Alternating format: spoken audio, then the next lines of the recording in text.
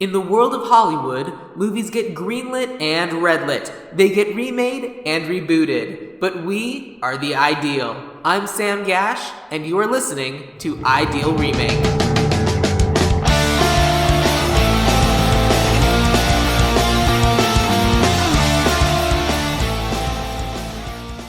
So you're saying we should do an accent? Oh, well, I mean, if you want to do an For accent... the purposes of this podcast... What accent would you say that was? It was aiming for like Southern Hemisphere and the like South Africa, New Zealand area. It's like somebody who was born in South Africa but traveled a lot. It sounded like your version of I think it was if Sean Connery was from South Africa. I was trying to think of the name Sean Connery and didn't get there. I'm an Egyptian by way of Spain.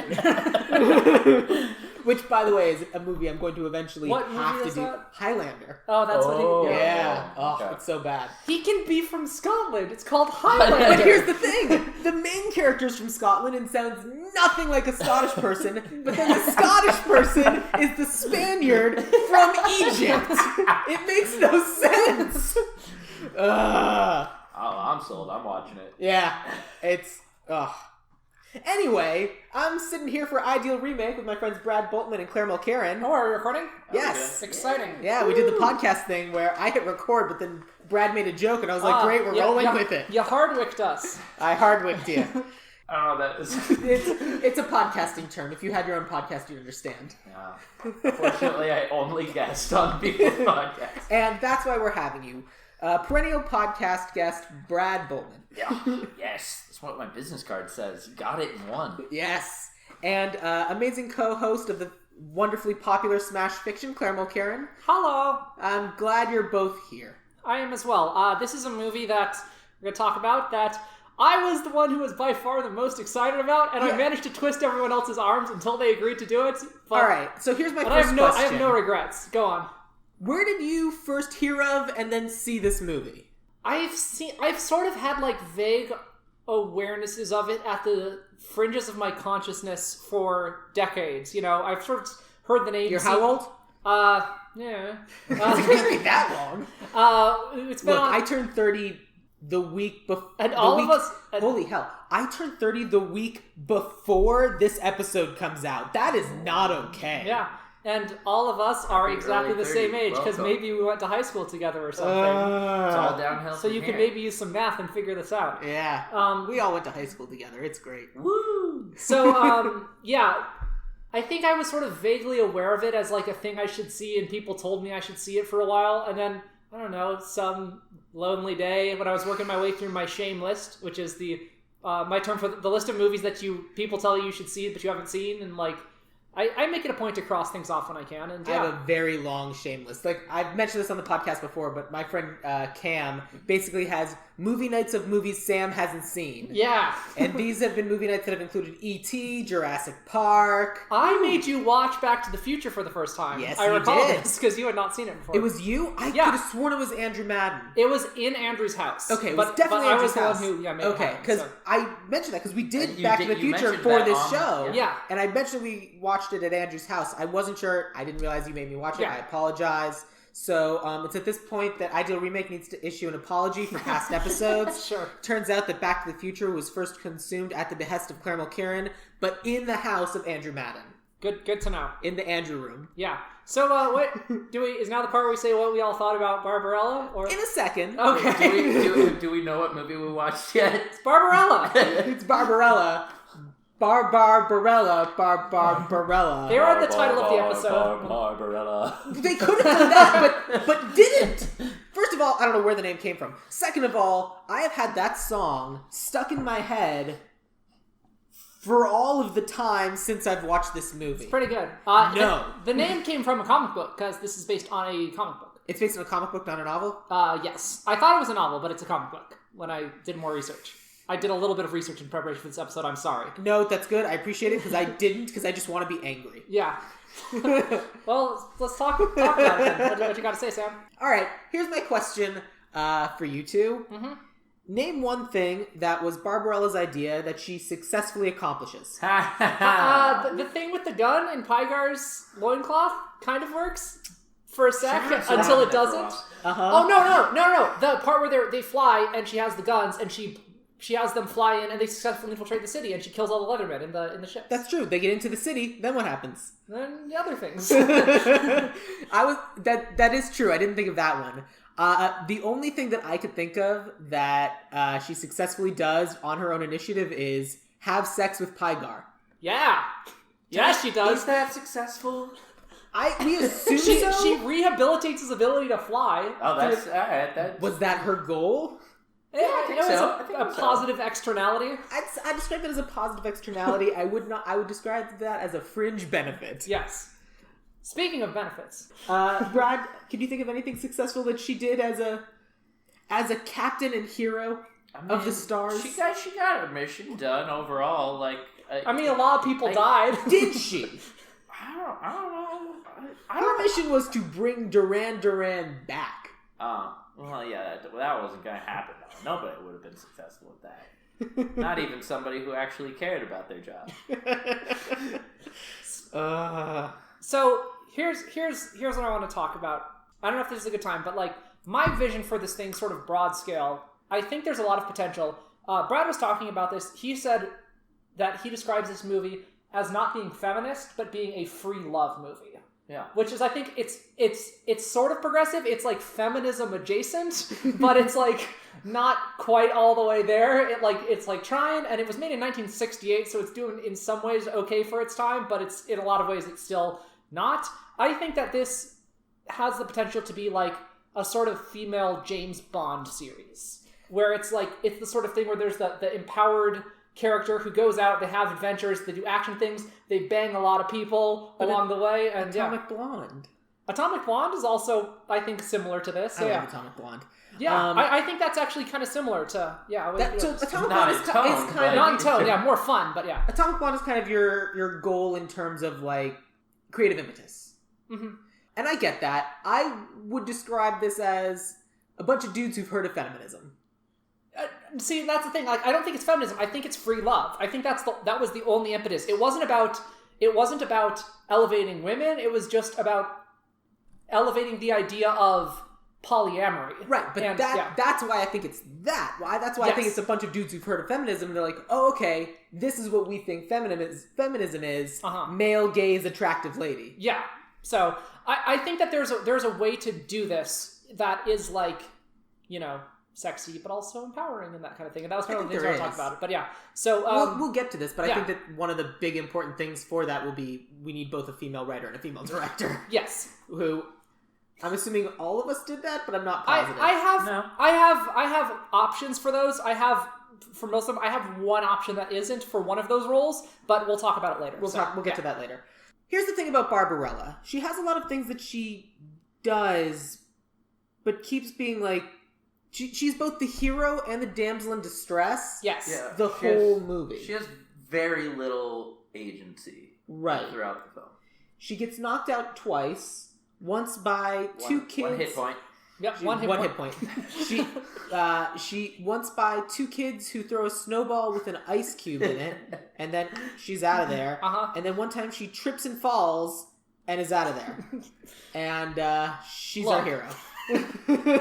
So I mean, Pygar gets kidnapped a lot too. I think it's just kind of the universe. Yeah, everybody's just very easily kidnappable and like cool with being kidnapped. Yeah, nobody's like really that upset about being kidnapped either. I think, and I think like all of the death traps they're in, they're just in them until it's time for them to not be in them anymore, and then they're just, I'm just gonna not be in this death trap anymore. It's like, well. Look, I've started doing mini episodes because that way I can tell people the movie ahead of time. They can go out and watch it, and I don't think as many people are going to do that for this movie. But I think we should do a walkthrough of what Barbarella is, because the whole movie starts with her undressing in space, which, aside from the fact that it was basically a zero-G striptease, in 1968, I have no idea how they did that. So the way they did it, it was filmed from above, but you were actually looking down. And she was just on a Lazy Susan?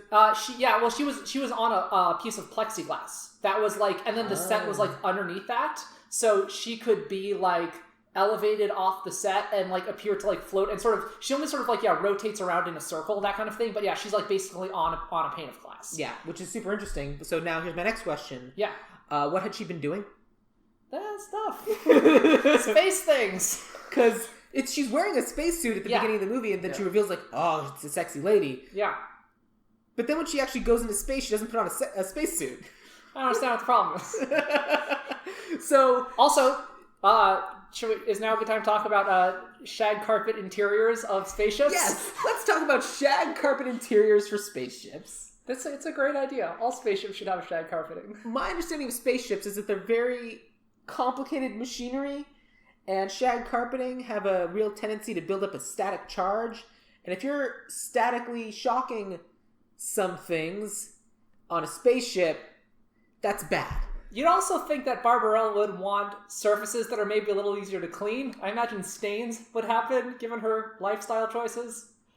Well, no. Up until the beginning of the movie, that was not her lifestyle choice.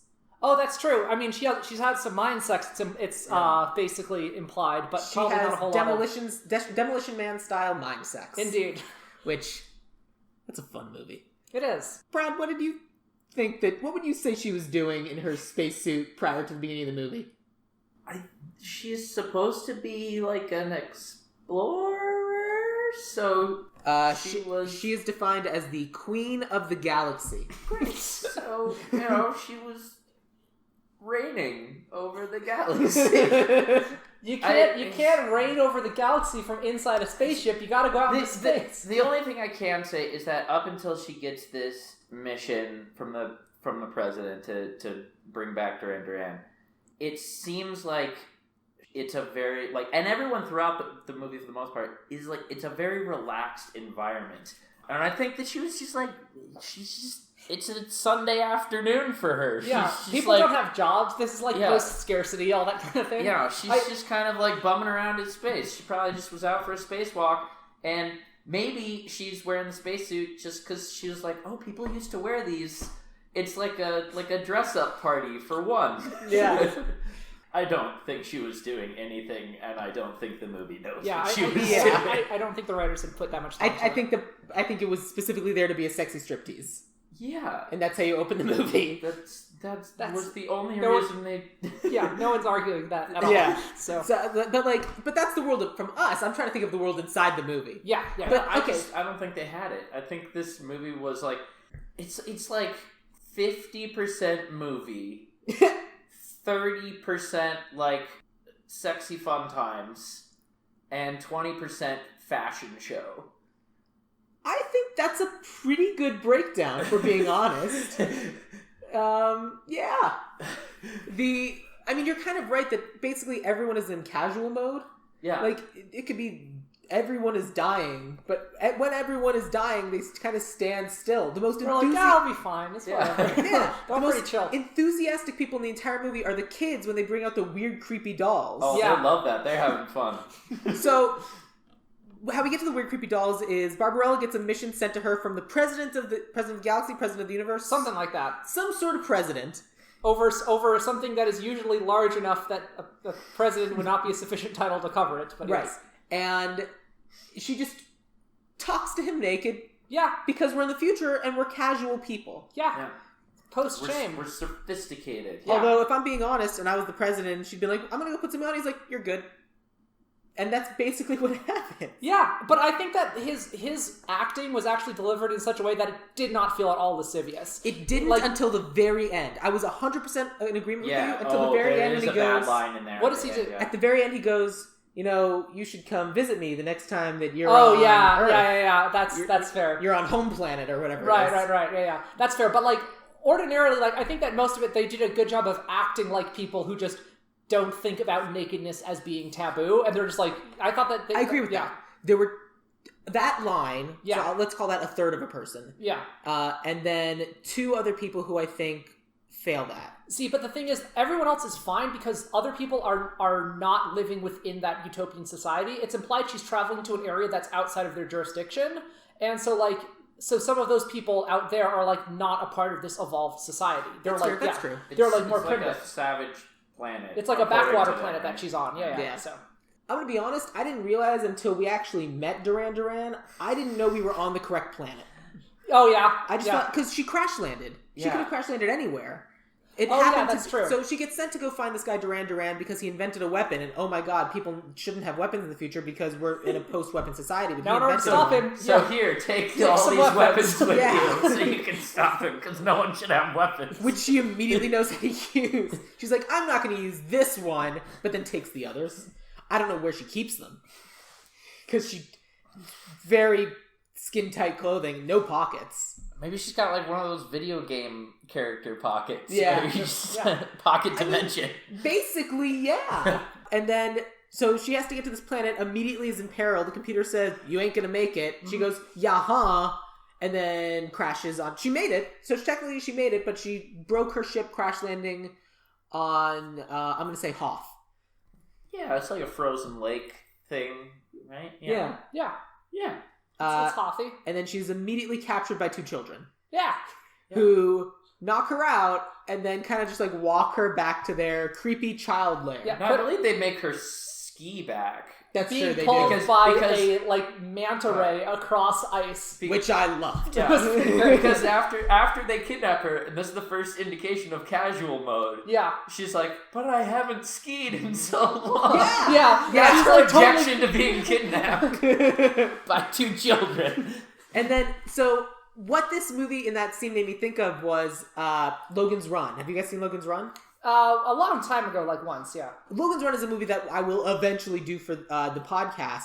But basically, you're divided into society based on your age. Yeah. And the area where the kids are is a wild land. Yeah. Yeah. Like, the kids run freer and in complete control of, like, their own... Like, you don't go there because you'll get moitered. Yeah. Well, I mean, this is the late 60s, early 70s. This is like the free love era where like people, it was like the latchkey kids. People just let their kids run out and do whatever, and there's no parenting. Like Playing stickball in the street. Yeah, exactly. Taking back the night. Drinking from the garden hose. That's right. It's wild. Sticking a hoop, whole shebang. Yeah.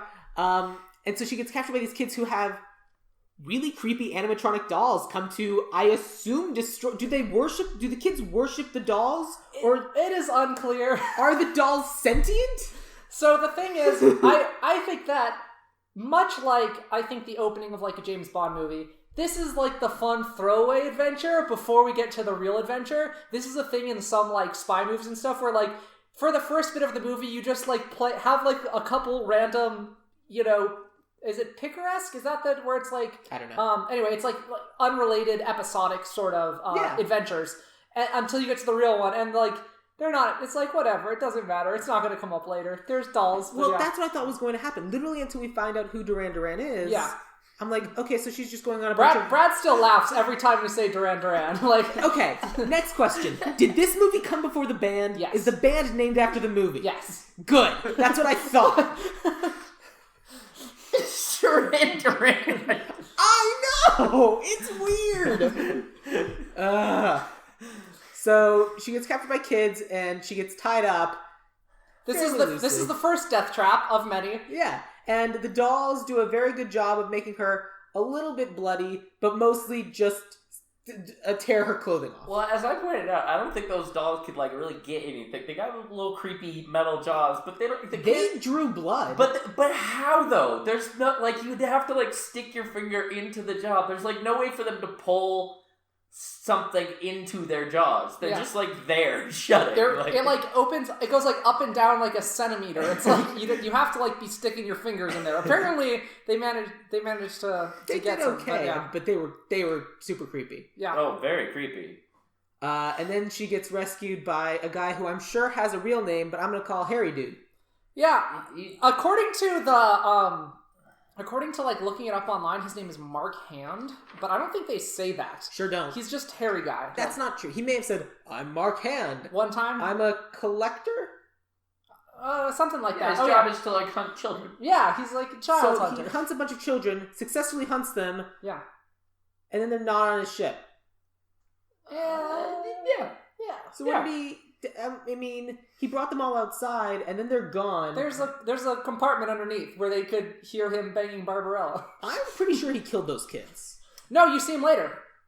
Yeah, That's true. The two daughters. I mean, isn't his official job?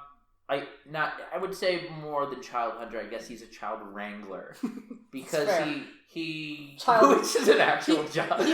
He may be like freelance. Maybe more of a child rustler. Yeah, because they're wild children. He catches them in a net and he brings them to the city of evil.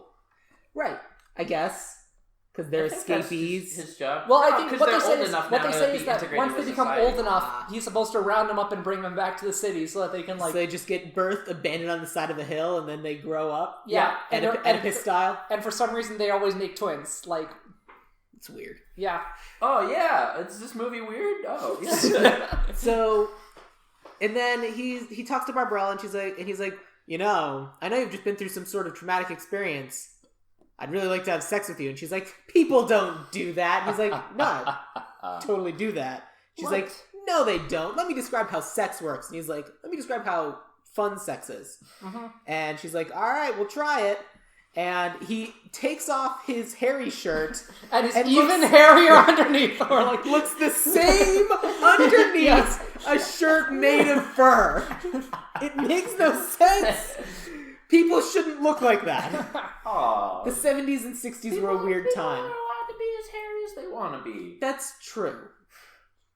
It was weird. yeah. I know I'm body shaming a dude who I'm sure is long since dead, and I shouldn't be body shaming a dude who's long since dead. But it was really funny.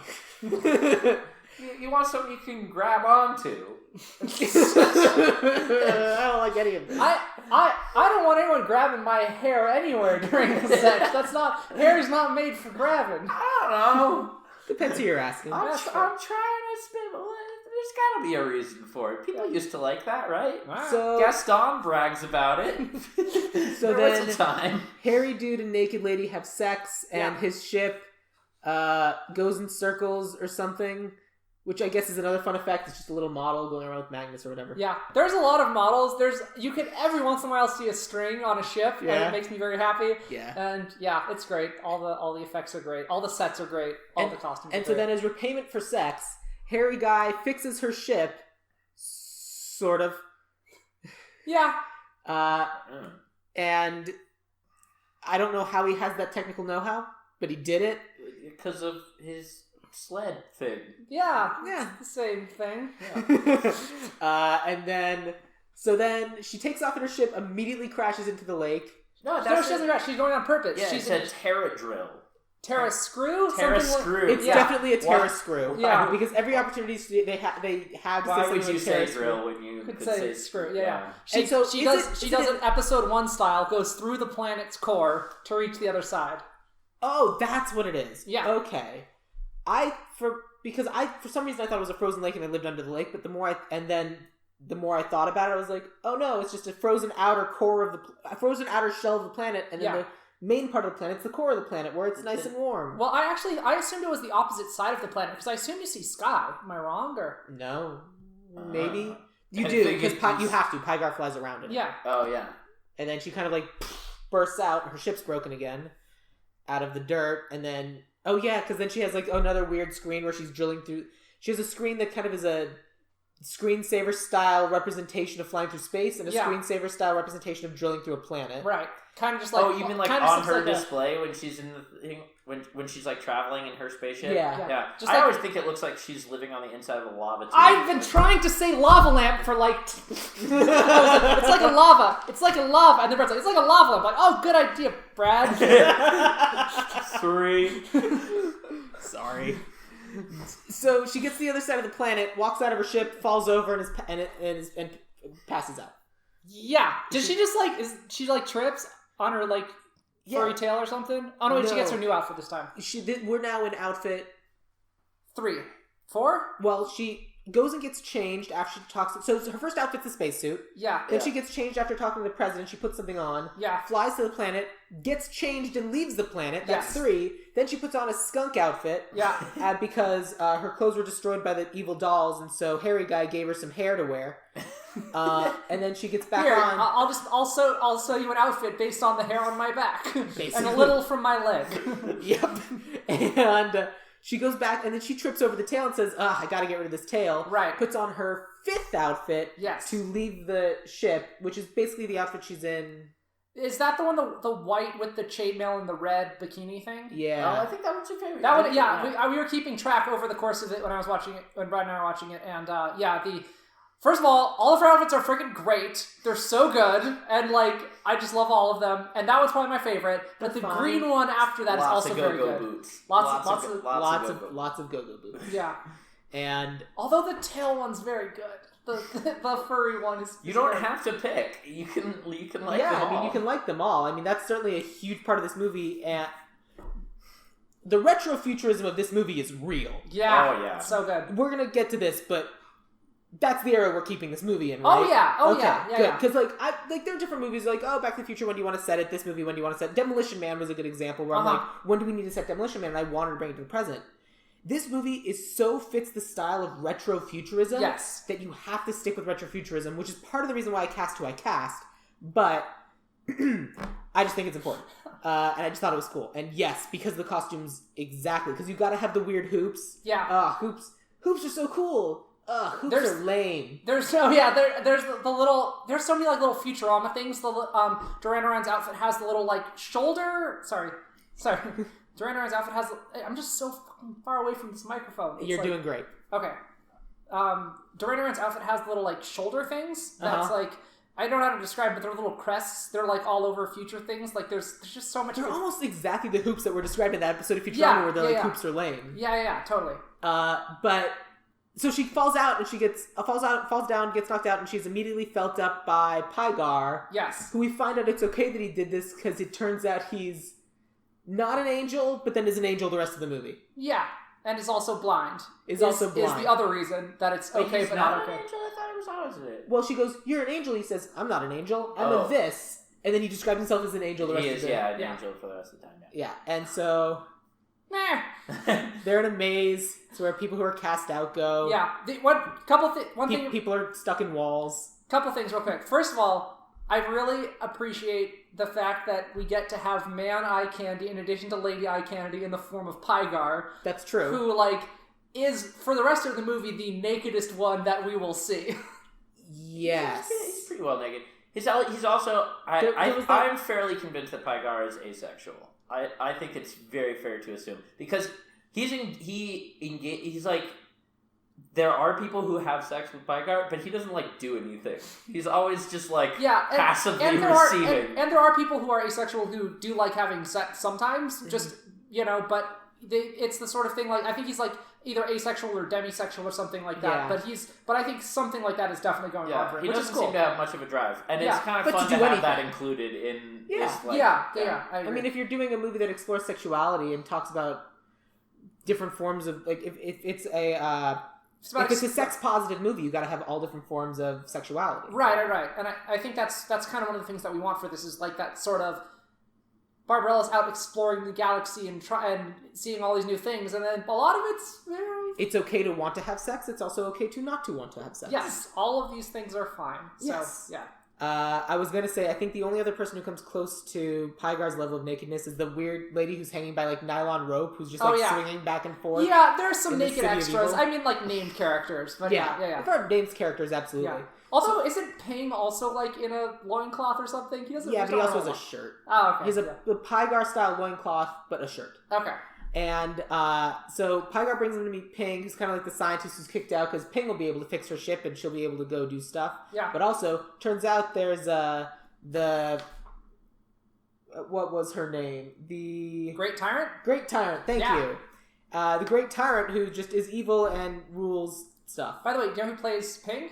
I do. Yeah. It's great. It's amazing. Yeah. Go ahead. Marcel Marceau. It's the best fact about this movie. And in his first speaking role. I believe that. Yeah. Marcel Marceau, if you're listening to this and don't know who Marcel Marceau is, you can look it up, but Marcel Marceau is the most famous mime ever. Like, he is the brand name of mimes. And does not do any miming in this movie. Right. Where other characters... In a movie in which there is an invisible key that plays a very important role. Invisible walls. And also, at the end, somebody who literally gets trapped in an invisible box. And Marcel Marceau does none of the miming. Yes. Correct. Although while we were talking, Brad said that was his theory that they were trying to come up with a climax, and Marcel's like, I have an idea. And then when they're filming it, he's sitting off the side like, yeah, I told you. That's Nothing says drama like an invisible box. So the fact that Marcel is in this movie is amazing and wonderful, and I love it. Yeah. Then Ping says it will take a couple days to fix the ship. You guys go take care of yourselves in the meantime, and Barbarella's like, I know what we can do. Cut to the next morning. Yes. And anytime she has sex, she kind of like laws to herself, lying. Oh yeah, there's a lot of post-coital singing. Post-coital singing, yeah. And then Pygar's flying around like, hey, he has the will to fly again. Good for him. Yeah. And so they decide to break into the city for reasons I no longer remember. That's where the tyrant is and stuff. Oh, one other thing that's really cool about the labyrinth, I really liked all of the people that are like slowly becoming part of it. They're like becoming stone and stuff, like getting absorbed by it. I thought that was really It's very Pirates of the Caribbean, pre-Pirates of the Caribbean. Yeah. I mean, that is what it is. That's what I thought of it. We made the same comparison when we watched it, yeah. Part of the crew, part of the ship, all that. Yeah.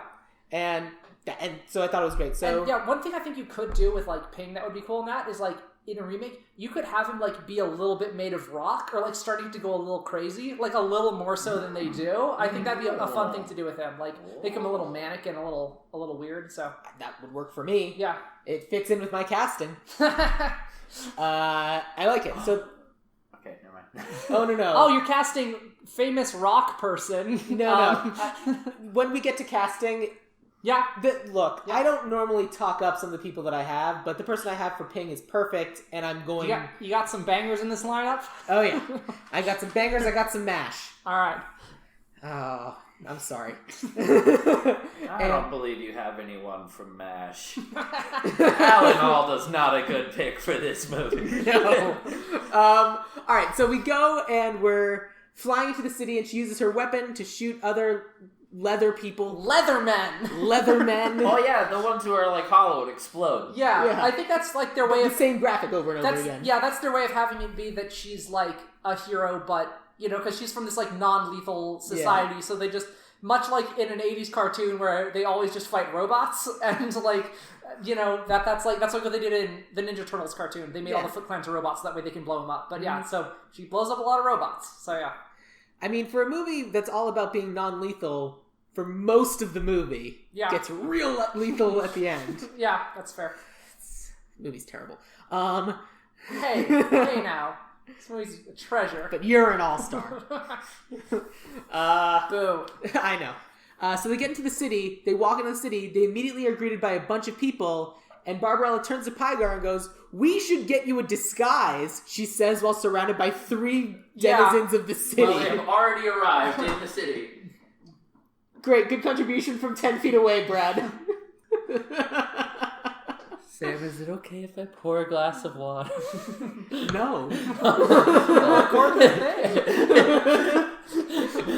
No more jokes for you. So they get to the city. Yeah. Go ahead. Oh no, yeah, it's... They don't always have the best plans. Like... They get into the city, sneak into the city, agree that they need to get disguises, and then immediately are captured. Yeah, well, yeah, sort of. Well, they split up. She gets accosted by a lady who's got, like, kind of a middle exposed. Yeah, she's got, like, the eye patch and the spinning knives. Yeah. The thing about that person is that it turns out that's the Great Tyrant, but also she is the creepiest person in this entire movie. She's so good.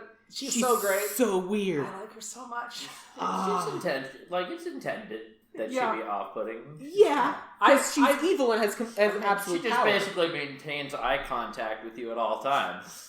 And she maintains eye contact with you, and then maintains eyes contact with you. Yeah, I will say though that like I think it was so weird that how little time she spends in that like outfit before the reveal. I actually think it would be cooler to have it like maybe she like saves Barbarella and you like play this thing out a little bit longer of like she's playing a double agent kind of thing. What I would do in that case is I would collapse the Great Tyrant and Harry Dude. Make them the same character. Make Harry Dude the one that saves her. They go through this. He goes with her to the city, and then eventually he turns on her. That would work. Yeah, that's totally a valid way of doing it. Yeah. I mean, but then she doesn't get to have random sex with all sorts of crazy people throughout it. I mean, she still can. That's fair. Who says she can't? We'll just add in a few more random people. But that's actually cool. Yeah, I like it. I like her meeting her earlier in the plot in some way, because then and it could be a fun thing if it's like she finds out what Barbarella's doing, and then she like uses Barbarella to get into the resistance because she is aware of like this resistance, and then like she turns and reveals, oh, I'm this bad person, like, and then like that's like she puts on the horn. Yeah, that's your horn. That's the all is lost moment where like, oh, end of Act 2, like she all that stuff. So anyway, yeah, I agree. Barbarella goes and rescues Pygar because people are beating him up, and then they escape into a room that no one follows because it's basically the suicide booth from Futurama. Yeah. They get rescued by the concierge. Yes. Who takes them to the Great Tyrant. Yeah. And turns out it was Eye Patch Lady. Yeah. And then Eye Patch Lady is weirdly obsessed with Barbarella because she's so pretty and pure. And she also gets a good second outfit too, the black one with the furs and the horn and like... Yeah, that was a good outfit. There's so many good outfits. Which is why that Barbarella and the Great Tyrant are the only two people... Basically, the three eye candy people are the people who are allowed to live. Everyone else dies because everyone who we've bonded with because of how attractive they are... It's like a reverse horror movie. Yeah. The young people who have all the sex live. That's exactly what it is now that you mention it. It's a reverse horror movie. Although, so the weird thing is, I didn't think everybody was gonna die because the positronic ray thing, makes people disappear in, a green glow. And I was like, oh, she'll, find a way to reverse it and bring them back. And it's like, no, they just die. They're just gone. Like, all right. And then everyone else gets absorbed by the Matmos. Matmos. Yeah. Matmos. The name of the city, by the way, is Sogo, which is supposed to be a reference to Sodom and Gomorrah. Nice. So I'm okay with that. That's clever. That's Look, I didn't realize it, and I'm okay with it now that I know about it. No, so fine. It's good. So evil, and then it turns out it's like Tribeca. It's like Sodom and Gomorrah. They're the name for that region that the cool real estate people call it is Sogo. It's like the Sogo district. Anyway, absolutely. Like WeHo. Yeah. Which is West Hollywood. Nolita, all that stuff. Yeah, exactly. We're right now we're in No 2. I don't know. So, at some point, Barbarella, I don't remember how she gets to the resistance, but she gets to the resistance. In another death trap, where she's getting attacked by birds. Yep, birds. That's right. Bird death trap. What if birds, but too many? Yes, is that death trap. And I'm not sure why birds would, because they were sparrows and parakeets. Yeah, they're whatever cheap birds, songbirds, whatever cheap songbirds they could get at a pet store half an hour before they had to shoot. And they're deadly because they starve. I don't know. Yeah. They're vicious man-eating birds. I don't know. What if birds, but too many? I think that's right. That's great. And so she gets rescued by Dildano. Yeah, Dildano, who I will describe as nebbishy guy who sees a lady and goes, "Now's the time." Oh, I love Dildano so much. He's so great. We got a secret fort, and I'm the leader of the resistance, and I'm a big boy, and he's the only person who has emotion in this movie. We have secret code names. I actually think that the comedy stuff with the resistance being incompetent and weird works really well. I think it holds up very well. Completely agree, which is why I cast who I cast. Yeah. And you will agree with me because I'm right. All right, we will see. We'll see. Brad also has a ringer in this slot. We talked about it a little bit. But we'll see. It's gonna be great. I liked your pick too. I don't know if you stuck with you guys talked about your casting before. before. We were watching the movie. We tried to not, together. but okay. Sometimes it was unavoidable when we were watching the movie because we watched it together. Comment to future listeners of this podcast. Don't do that! Future guests of this podcast, excuse me. Future listeners, talk amongst yourselves all you like. This is a very small sample size that you're reaching out to. I want you to do. Here's the thing. We have literally dozens of listeners. And there's a good chance that each one of them will be a guest. Did you say dozen of, not dozens of? Yeah. All right. No, we've got a good selection, and there's a good chance that people who listen. So my guests for the next episode are people who've listened to the show, so it's great. Cool. They might even be listening right now. But at this point, we will have already recorded their episode, so time. Time is a flat circle. So Dildano and Barbarella have hand sex. Yes. Not that kind of hand sex. Yes. A different kind of hand sex. You gotta take a pill. The thing that's so great about it is it's role reversal of the first scene with Barbarella where she's with the hairy dude and he wants to have regular sex and she wants to have mind sex, and now she's like, yeah, this sex thing is great. I've been doing this sex, and she's like, let's do sex things, and he's like, oh yeah, you're from like the civilized part of the universe. I want to have mind sex. That's like what the fancy people do, and she's like, but I want to have regular sex. And then they have mind sex, and she's like, it's fine, I guess. And then I think the best part is that she stops before him. Like, there's the weird thing where her hair gets curled. Yeah. I think it's supposed to be mind-blowing. There you go. That's exactly what it is. Yeah. That's why the giant fans. Yeah. And then she like stops and she's like, oh wait, and sees that he's still going and like gets back into it and lets him finish. Yeah. And then a weird person who shows up to tell them stuff. It's like just walks in on them. Stands in the corner for a bit. Yeah. And that's the sex that's less distracting. The one that you literally are like unaware of your surroundings. Yes. Regular. Yeah, they said regular sex was discontinued because it was too distracting. But this one, you like disassociate from reality while it's happening. And so then Dildano gives her the invisible key so that this lady he just met can go kill the great tyrant. He trusts her for some reason, even though I think at some point he says there's spies everywhere. Yeah. Hey, let me trust you with our greatest secret. Everybody is very open in this to her because she's pretty. Yeah. Although at some point Dildano, I don't remember who it was. Someone turns to her at some point and goes, how do you rate in terms of attractiveness on the home world? She goes, I'm average, I guess. I don't know. Who asks that? Reaction. Who asked that? Was that Ping? I think it was, right? Or no? No, it was either Duran Duran or Dildano. Okay, yeah. I don't specifically remember who, but her reaction was. It's a weird thing to ask, and her reaction to it was the most part where she like actually seems exasperated and actually seemed like she had an emotion other than neutral. Yeah. I think she has some pretty solid comedy chops now and again. I think, like, I don't know. I enjoy her in this role quite a bit. Here's the thing. I have nothing against her as a performer. I think that she fits all the requirements that were expected of her for this role. Yeah. My problem is entirely with the writing and the direction. Oh, I agree completely.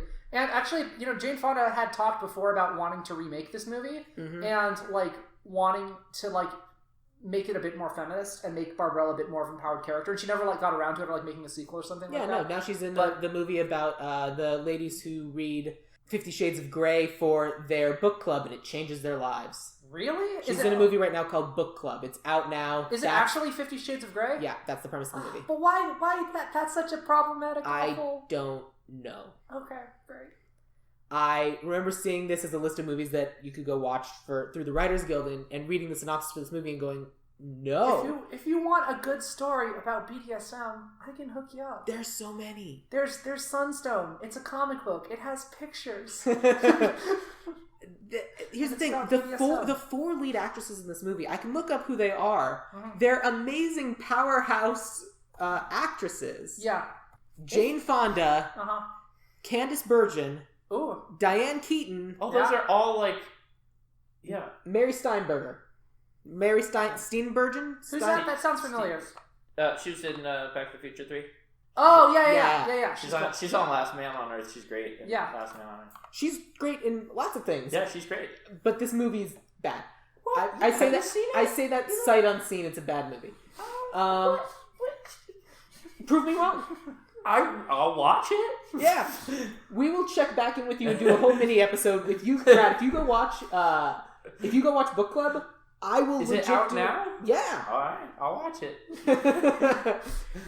And this is the weirdest game of chicken I've ever seen. You're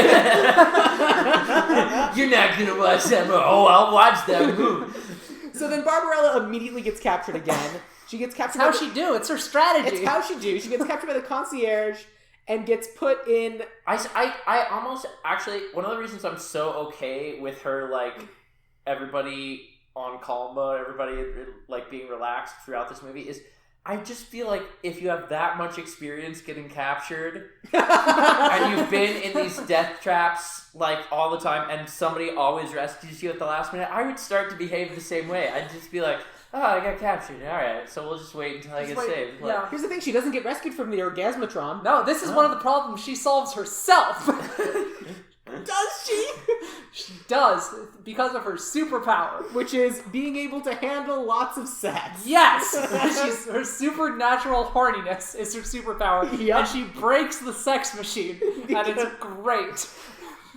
Look, that is a joke that will probably need to be in a remake. Yes. I think it's a problematic scene because she does not consent to being put in the machine that pleasures you until you die. Right. But I think there are ways to have it be like she breaks the sex machine because she's too good at sexing and the machine can't handle it. There's like ways to do that. If it were me, the way I would do it is you have you have two different options. We can put you up against that wall and shoot you. We can go into a machine that will pleasure you until you die. And she's like, I'm gonna do that one. That sounds great. It's a death by snoo. Yeah. And I picture it's like, no, you don't understand. This sounds like pleasure, but when it becomes too intense, she's like, yeah, I got it, it's fine. I'll take my chances. And then they do it like, all right. And then she's like, yeah, that wasn't bad. Like everyone who's ever gone to the machine has said they wish they chose being shot in the head. She's like, I got it, no problem. Yeah, that's the bit. I agree. That's good. That's very good. That's very good. And then when the machine breaks, because he's literally playing her like a piano. Yeah. He's real bad, like real victim blamey. And the line he says is, "What sort of girl are you?" Yeah. Yes. He shames her because he tried to kill her and it doesn't work. Yeah, it's the ultimate victim shaming. Yeah, and he is the villain. I think that's all intentional. That's all. Yeah. And the thing that's great about it is that Barbarella doesn't get ashamed. She just seems like to not understand what he's saying. She's like, "What do you?" I don't understand. Because again, it's not like she's suddenly like, and gets ashamed. It's like she still is consistent with that character of like not understanding. Yeah, there's nothing to I agree. Yeah, exactly. She feels no shame in this entire movie, and that's good. Yeah, it's great. Keep that because that's correct and proper. Yeah. Well, whatever. You know what I mean. It's correct and proper for writing for her to not feel shame over the different things she's doing because nothing she's doing is wrong. If she's intended to be the sort of wish fulfillment, idealized character, which is what we're going with. Right. Yeah. So then she somehow discovers that the concierge who's trying to kill her is the Duran Duran. It's her bracelet that she got at the beginning. Has a little gem that glows me. Yeah. You're right. And she decides, hey, I know you just tried to kill me. You should come back to Earth with me. I immediately forgive you, friend. Yeah. And he says, well, I can't because I want to rule this planet. And it turns out I invented weapons because I'm evil. Yeah. Because I've embraced evil.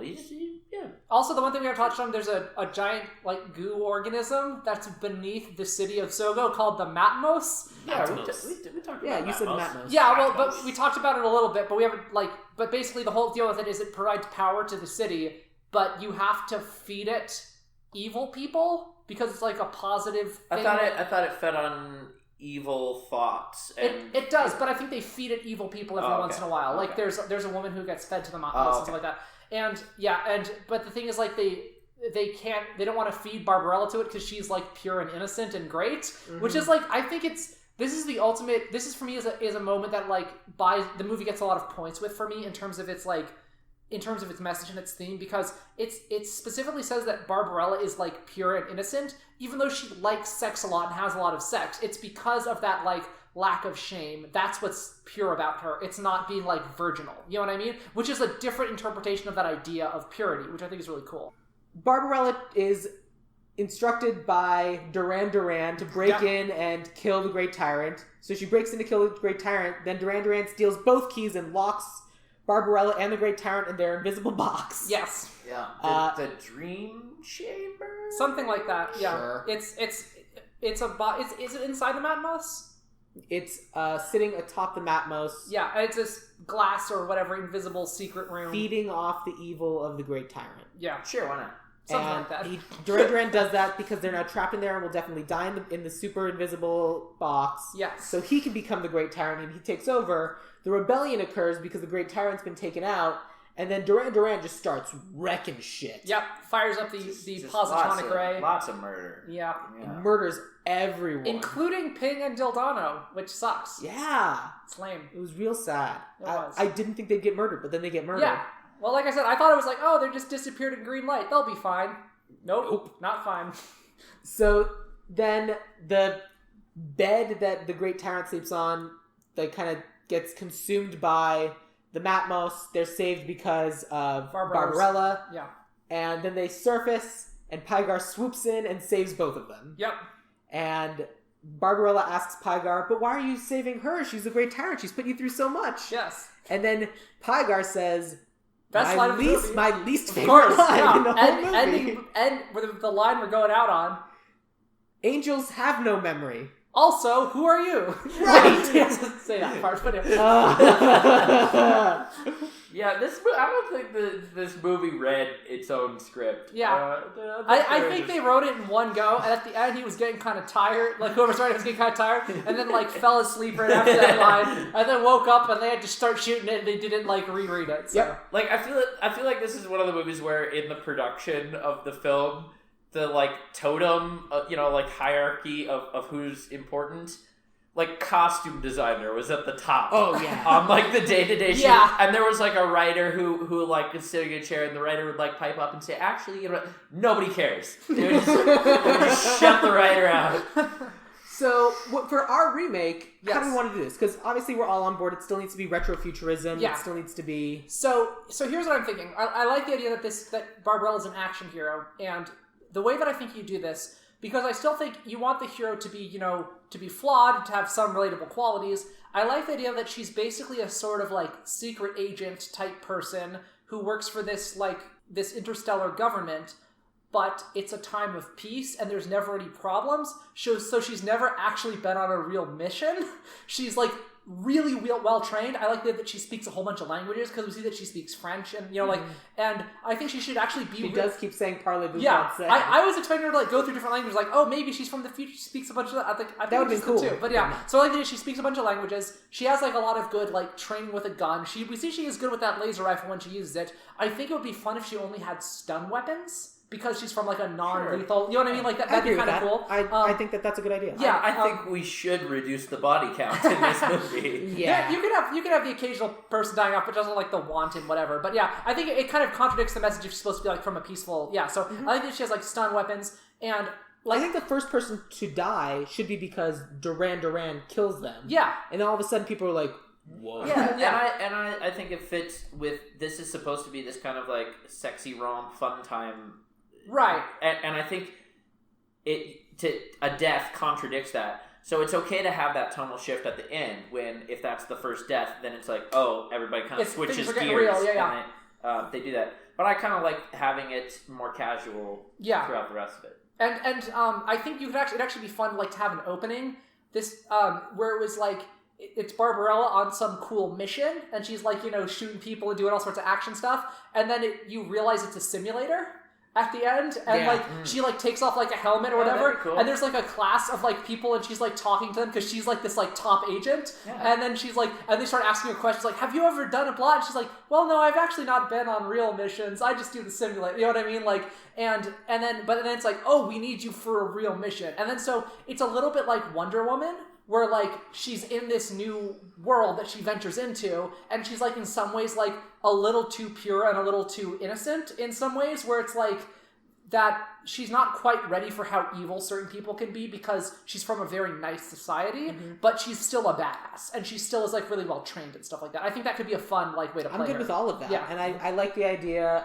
of, in modern context of movies, most movies have teaser openings, things like that. Like the Matrix, the whole Trinity scene. Right. Yeah. Something that establishes the tone of the world and shows how awesome our character is. Yeah. Then she gets the assignment. Yeah, that's cool. And I absolutely think that's the way to go. And I think she goes to this planet, and, like any video game, there's the first boss, there's the first thing she has to overcome, the second thing she has to overcome, the third thing she fails, and then somehow manages to overcome it. Right, yeah. Standard movie. Yeah, and I think we can keep a lot of this stuff the same. We can. I think that the parts at the beginning, like the children and the dolls, is like, that could be that episode. It could be a different episode. Whatever. It doesn't really matter. I think we but can like, do a better death trap. I think whoever our writer is can come up with a better, more interesting death trap. Oh, definitely. I think a lot of the details are gonna shift. Yeah. I think especially earlier on. I like the idea of it progressing towards a similar point that the movie ends up at. But no, like, I think there's some good stuff there, like with the resistance. Yeah. And Absolutely. The later part of the movie takes on a little bit more structure. Yeah. I also really like the idea of I like the idea of an incompetent resistance, because it's not something that they've ever had to do before. I mean, people don't, like, it's the first time you're ever doing something. You have to it's touch and go. I think that the movie, like, so, like, if we're talking tonally, I think something similar to, like, a little bit like Guardians of the Galaxy or Thor Ragnarok or whatever is like sort of similar, where it's that sort of thing. It's like it's funny you mentioned those two. It's a fun romp a little bit. Yeah. It has serious bits, but it's like, and I think that like a little bit of like Guardians of the Galaxy, like the raunchiness can be there a little bit too, because this is kind of like a dirty movie, like, but maybe a little bit, but since it's more like female, maybe a little bit more bridesmaids-ish, but you don't want to like... This movie's going to get an R, though. It's a sex comedy. Yeah. So I think you can go full raunchy comedy. I mean, I think you want to watch it, not to like... I don't think you want the jokes to be crude. I think you want to be like, kind of like... I very few of the jokes in Barbarella are actually about the sex. Like, it's weird. It's more like weird slapstick comedy, and then they just like bang sometimes. It's like... I think one thing to the film's credit in its original version was, I think a lot of the humor actually comes from laughing at itself. Yeah. I agree with that as well. I think there is an aspect of can you believe we got to make this movie? Yeah. And I think that some of the jokes kind of play up the fact that this is a really loose... I think that's fair. I think that this movie could have been very, very good, because the set pieces, the costume design are all wonderful. Yeah. And as long as you keep that sense of place and that sense of world, as long as you change the through line and just like kind of make the places you go meaningful. Yeah. And you make your main characters competent. You make your important main characters competent. I think it can be a lot of fun. Yeah. I think that the whole... This movie doesn't know what to do with Barbarella, but I think that what you want is, I think you want her to be a James Bond type. You want her to be like, you want to be her and like be this cool person going on this adventure and like having sex with attractive people and getting in car chases and shooting people. Absolutely. But it's at the same time like there is also some room that if you're attracted to ladies, you can be attracted to Barbarella in this movie. The same way that like James Bond has the scene in Casino Royale where he comes out of the ocean and like there's this like very like this cheesecake shot of like scoping out his body and stuff like that, and there's a little bit of that mixed into James Bond as well. And absolutely, so have that. Yeah, I think there's a way to do it in a positive, empowering eye candy way. for everybody. Eye candy for everybody. Which was actually interesting because I did a brief skim through the Wikipedia for Barbarella, and it mentions like her different people that she's romantically involved with, and it mentioned the Great Tyrant. Yeah. But in the movie, she's not actually romantically involved with the Great Tyrant, really, which I think is a shame. Yeah, I thought that was interesting. The Great Tyrant like hits on her, but they don't actually like really. It doesn't really. And then she makes out with Pygar because she wants to know what it was like to be with Barbarella. Yeah. So it felt like the Great vicarious. Yeah, it felt like the Great Tyrant was into Barbarella, and Barbarella wasn't into the Great Tyrant. Yeah. Which, that said, I think that's interesting too. Yep. You talk about like, because it's a movie. It's always like, oh, these two people are interested in each other, and it's well, this person's just going to keep trying until they wear the person down, and and so you have like, I'm not interested in you, okay? Yeah, I do think, of course, like obviously Barbarella's supposed to be this like idea of this like embodiment of love. It'd be cool if she's pansexual. Absolutely. And also maybe bang some aliens at some point could be fun. Well, that again, I still think now that we started earlier, I still think that the attractive dude, the hairy dude at the beginning, could be the Great Tyrant, and it's a lady. Oh yeah, we can do that. The first person she has non-hand sex with is a lady. I think that's great. That'd be fun. That'd be fun. I'd have to rethink my casting. Well, she meets a hairy man later and has sex with him for some reason. She can have sex with everybody. Yeah. So let's get into it. Let's talk about our recasting. Cool, let's do it. Let's start with Barbarella. Yeah. I have a lot of options for all of mine, and it's tough. I'll limit it, don't worry, but yeah. I will let you do 2 for each. Yeah, totally.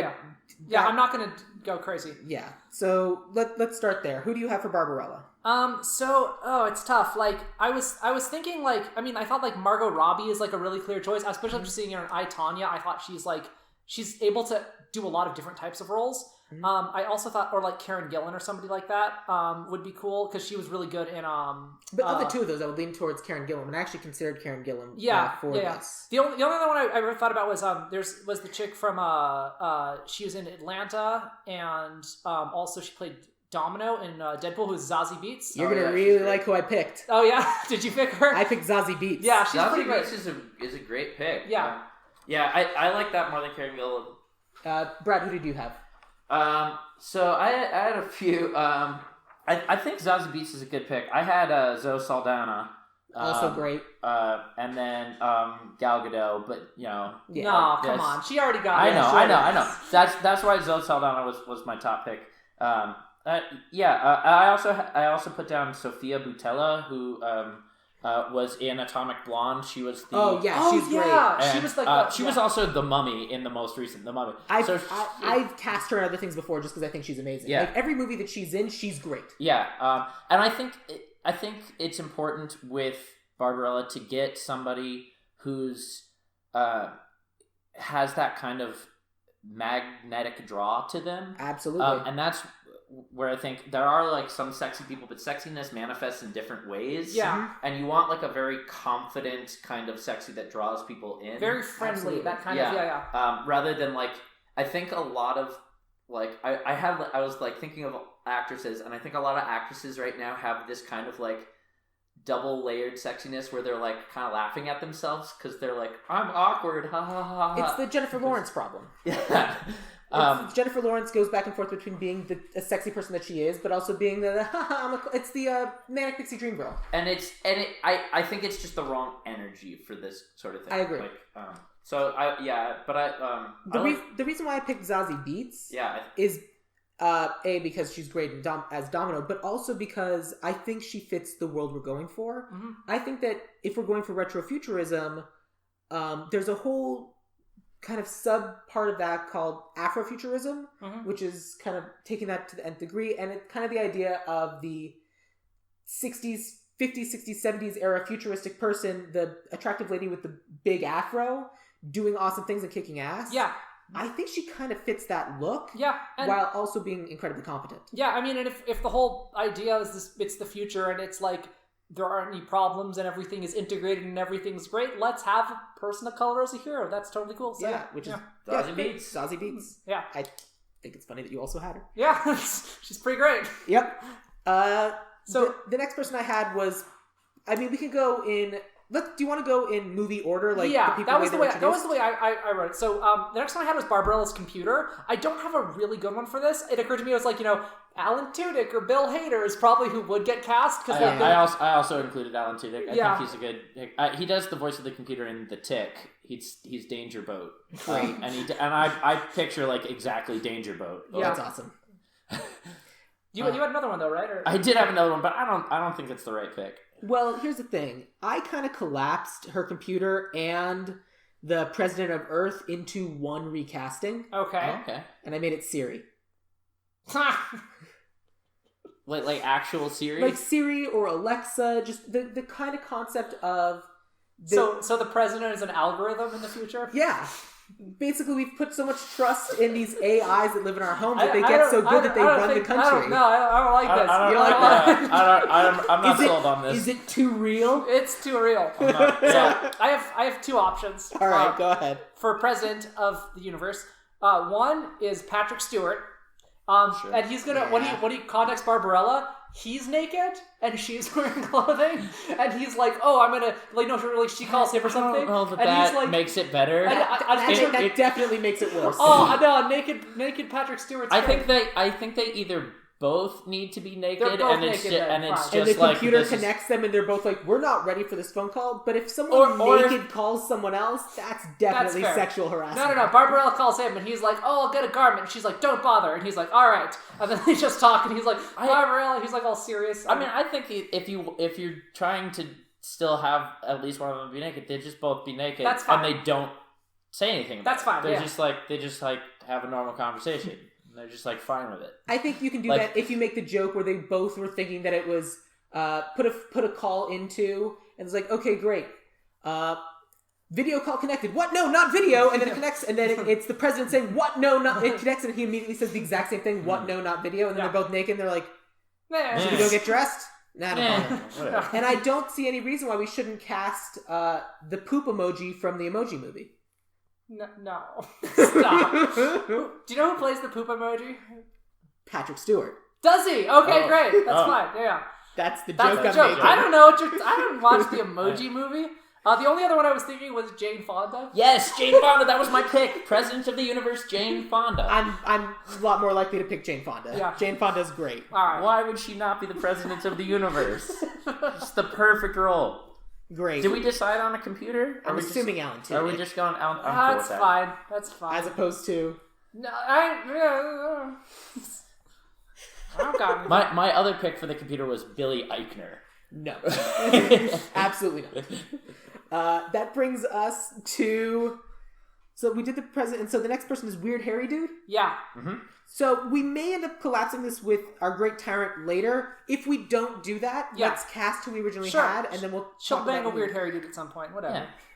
Well, here's the thing. It's a Weird Hairy Dude because that's our concept of it, but he's probably one of the sexiest dudes around at that time. Yeah, he doesn't need to be hairy. So He just I needs went to with be one of the dude. sexiest dudes that's around right now. Yeah. Tom Hardy. That works. Oh, Tom Hardy's great. Yeah. Yeah. I was thinking Idris Elba. Idris Elba's also good. I was also strongly considering Idris Elba. He's pretty great. I think unless we are changing the casting and like folding this in with the Great Tyrant, the role that he serves in this movie is that he is the traditional masculine male. Yeah. And like as opposed to like Pygar, who is nice and like reserved and like this is the macho one. Yeah, this is like the macho one. Here's the thing about Pygar. I think Pygar fulfills the role that women traditionally filled in these old school action movies. Yeah. The attractive person who doesn't do anything and is just a pretty face who's there to agree with everything that the hero does. Yeah. So, who did you have for the hairy guy? I had Jeffrey Dean Morgan. I don't know who that is. He is the equivalent of that guy in he played the comedian in Watchmen. He was on Walking Dead. I have one Here's more. my question for you. Yes. How old is he? Yeah, he's probably too old. Yeah, that's a good point. The only other one I had is like I was thinking about this. I was like, okay, what is the for me the archetype I was thinking about is this is the big strong person who like saves you out on the ice, who's like the person who lives out in the wilderness who's like hunts seals over there. I was like, so who went on for that? Gwendolyn Christie. Here's the thing about Gwendolyn Christie. Yeah. Last episode, we cast her. Too bad. And we cast Gwendolyn Christie a lot. She's great. I love Gwendolyn all Christie. Right, that's fair. But that was the other one I was thinking. Gwendolyn Christie's a great choice. Yeah, she's a Mark Hand type. Yes, absolutely. Gwendolyn Christie's fantastic, and I stand by Gwendolyn Christie all the time. All right, but anyway. But yes. So we need a Pygar or well, for Weird Hairy Dude, are we doing Tom Hardy or Idris Elba? I would lean Tom Hardy's younger, right? That's fair. Younger, which is why, which I think we do have a range of partners in this movie, but we probably don't want to go too. I think a range of partners is important, but I also agree that you don't want to do like the 20-something and the 50-something. Yeah. The only issue is that like we'll talk about Pygar. Are we gonna have another white dude for Pygar? That's not who I cast. Okay, because I have the best Pygar, which is Ryan Gosling. No. He'd be fine. That's fine. Or your Pygar. Go ahead, Brad. He's so good at being vacant. I just love him. I really like Ryan Gosling. Ryan Gosling's good in everything I've ever seen him in. My Pygar is Chris Pine. Yeah. I think we saw in Into the Woods that he can stand in the background while the lady sings. And I think we saw, but I'm thinking more of the Chris Pine in Wonder Woman. Especially. But then he's the Chris Pine in Wonder Woman. He kind of is. I think he could do that. My other Pygar, who I think is even more physically impressive, would be Terry Crews. Yes. We also cast Terry Crews a lot because Terry Crews is also great. But I like the idea of Terry Crews. And he's so nice. He's so nice. In terms of casting someone who's so nice, I cast Lamorne Morris. Who's that? He is Winston in New Girl. Oh, he's so great. Oh, and he's so nice. Yes. And he's an attractive guy. Yeah. But he's not necessarily competent. Gotcha. Yeah, that could work. And that's why. I'd be perfectly happy with Ryan Gosling, though, because you want to cast some eye candy. That's some eye candy. Yeah. And I just picturing his performance in the movie Drive is very similar to Pygar's performance in this movie. Not saying a lot. Yeah, just being an attractive cipher. I mean, it's kind of what he does in Blade Runner 2049 also. Yeah, it's great. But he has more intensity than I think of Pygar as having. Pygar's more cash. Yeah. So is it possible we haven't really found who we want for our Pygar yet? The whole like an angel doesn't. Yeah. Okay, here's my next question. In our remake, should Pygar be an angel? There are other fantasy figures that Pygar could be. I don't care. Pygar could be a centaur. I like the scene. See, I like the scene with the flying, with him carrying her and her shooting down spaceships. I think that's like a fun chase scene. So yeah. I mean, she could also be riding on his back, shooting down things if he's a centaur. Which I haven't put any thought into it. I just thought of it right now. But I mean, you want to do a sexy thing, and if someone's hung like a horse, not important. The jokes are there. Jokes. I'm perfectly happy leaving him an angel. Yeah, I like Angel, but yeah. Okay. I'm fine with any of the ones we've suggested, so. Yeah. But it sounds like we're not super enthusiastic about any of these, so let's circle back around. Okay. I'm going to go last for Professor Ping, because I'm pretty sure I'm right. Okay. This was a really hard one. This one's kind of a wild card slot. It's one of those ones where there's not a lot there to the role, and it could be taken. This is one where it's like, it's not like a load-bearing role, so you can do like a lot of very silly things with it. So like, I briefly considered like Jane Lynch. Right. Or like Tom Waits. Weird, fun. The last one I thought of was Tim Curry. Like I was trying to think of what's the equivalent of Marcel Marceau today. I want somebody who's like So, don't worry, I got it. Yeah, all right. Brad, go ahead. These. I thought if you were doing more typically like what the role was, a 1-to-1, I guess. Yeah. Then I would go Stanley Tucci. That's fun. I just think he would do a good job. But as you were saying, Claire, that you could have a little bit more flexibility. Yeah. Somebody who I think would take the role in a new and fun direction that I think would fit the tone of this movie would be Kate McKinnon.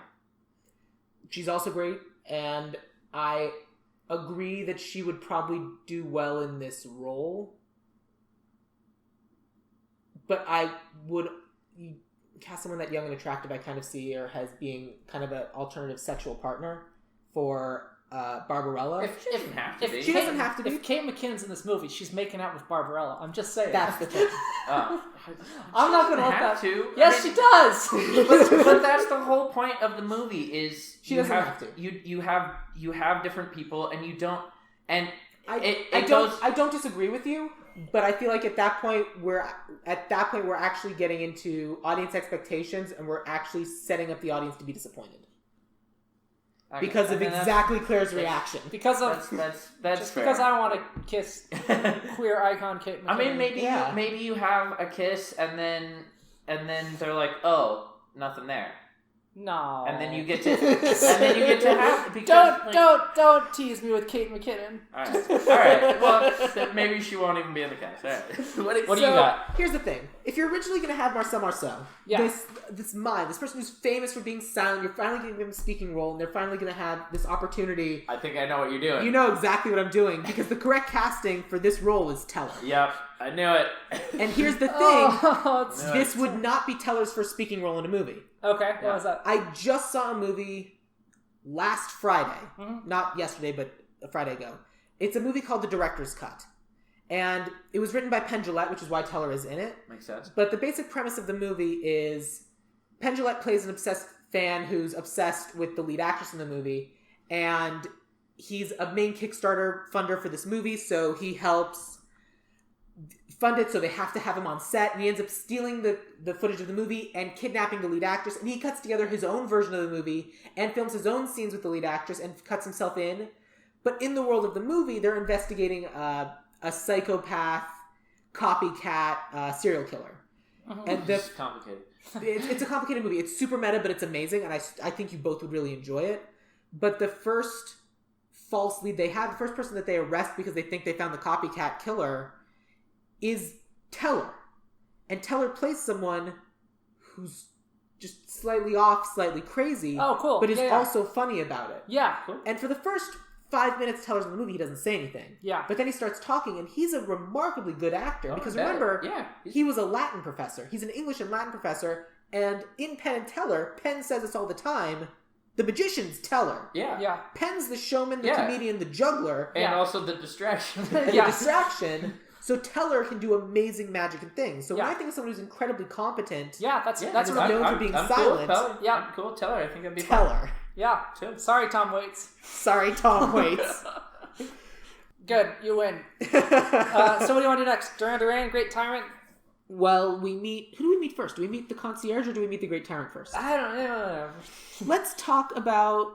Let me talk about Duran Duran. Just because my Duran Duran's a little bit one for one. Sure. My Duran is Alfred Molina. Yeah, I mean, that's the person who has the same vibe, I thought. That one occurred to me. Yeah, I don't know. That's why I'm introducing it first. It's like, good. this is who we have. This is a baseline. Can we top it? So I'm fine with Duran Duran. I have two really left field picks. I love it. And neither of them would hold up to the concept that she doesn't recognize Duran Duran because he's like aged a lot because of the evil.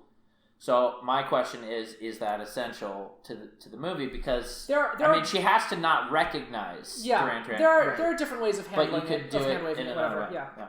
Holograms, whatever. Like, I don't know. There's all sorts of... That's fine. But who are you thinking? Yeah. Because it also bothered me a little bit that it was like this old guy and he puts her in the device. And puts you in the orgasmatron? It's just kind of... Yeah, who you got? So I got Dane DeHaan, who was Valerian. He's good at being a creep. Yeah, he's really good at being creepy. He's so good at Chronicle. I think he would do the evil turn really well. Yeah. I think he could also play the concierge bit when he's the concierge.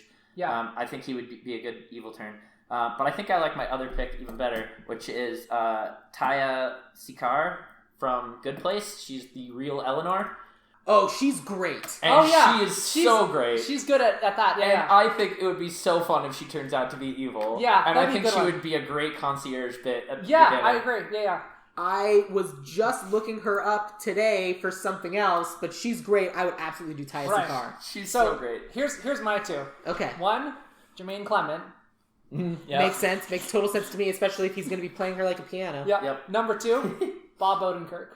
That's weird. See, I think he would do a good job of, like, you meet him and he seems like he's your friend. Like, Bob Odenkirk could just be like the little toady guy who's like the underling, or he could be a good villain. Like, I think he could go either way. Isn't like, that the premise of Better Call Saul? Like, he starts as the weird toady guy, but he becomes like an actual real villain. Yeah. So I think that both of those, like, Jermaine Clement also plays the main villain in Men in Black 3. And he's so good in that. He's good at a lot of things. Yeah. Like, Jermaine Clement is awesome. Like, I so, love the idea of Jermaine Clement. Like, I would lean towards Jermaine Clement for Weird Harry Dude. Yes. Oh, he'd be good for that, yeah. Like, I would replace Tom Hardy with Jermaine Clement. Sure. And then I would, say her name again? Taya Sikar, I think. Sircar, Sikar. Like, I would do Taya Sikar for Duran Duran and then Jermaine Clement for Weird Harry Dude. Would that be okay? Yeah, he can be Weird Harry Ice Hermit. Like, I'm sure he can pull that off just fine. Look, if there's someone to teach us about love, it's the man with those puffy lips. That's right. Oh, it's the man who's just so shiny. Yeah. Awesome. So that brings us to the Great Tyrant. Yeah. I went with Missy Pyle. Who's that? Did you see Josie and the Pussycats? I have not seen Josie and the Pussycats. First of all, Brad's very upset with you. Second of all, Missy Pyle. Oh, her! I just looked her up on my phone. Yeah. She's freaking great.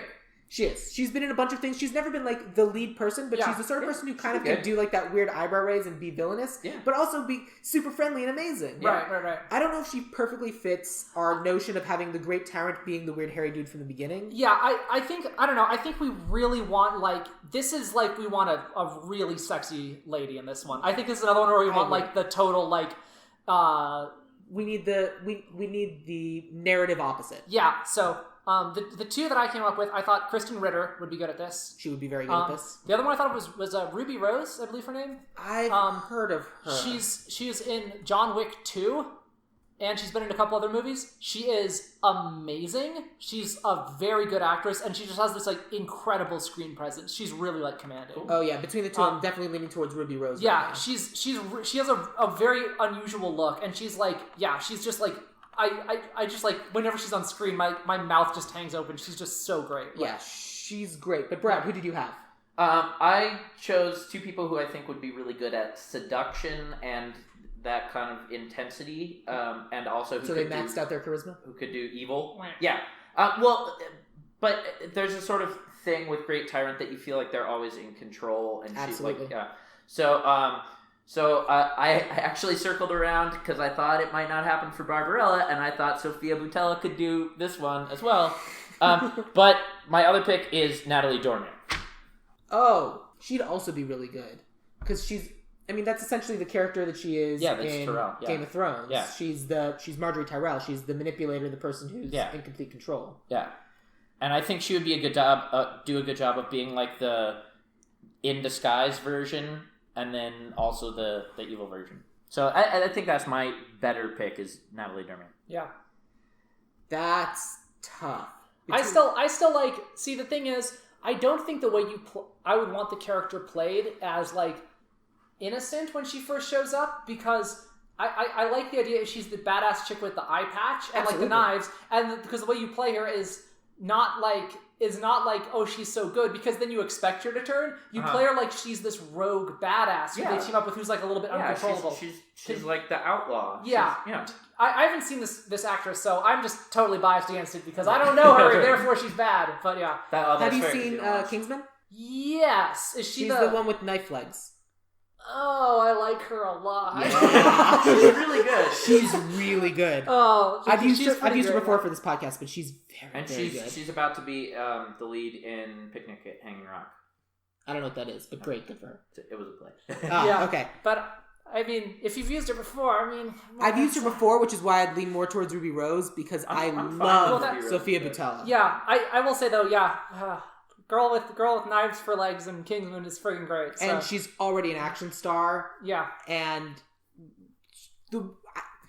I love Sophia Boutella, but she's played these sort of characters before. Yeah. Like, she is the opposite to... why am I blanking on her name? In Atomic Blonde.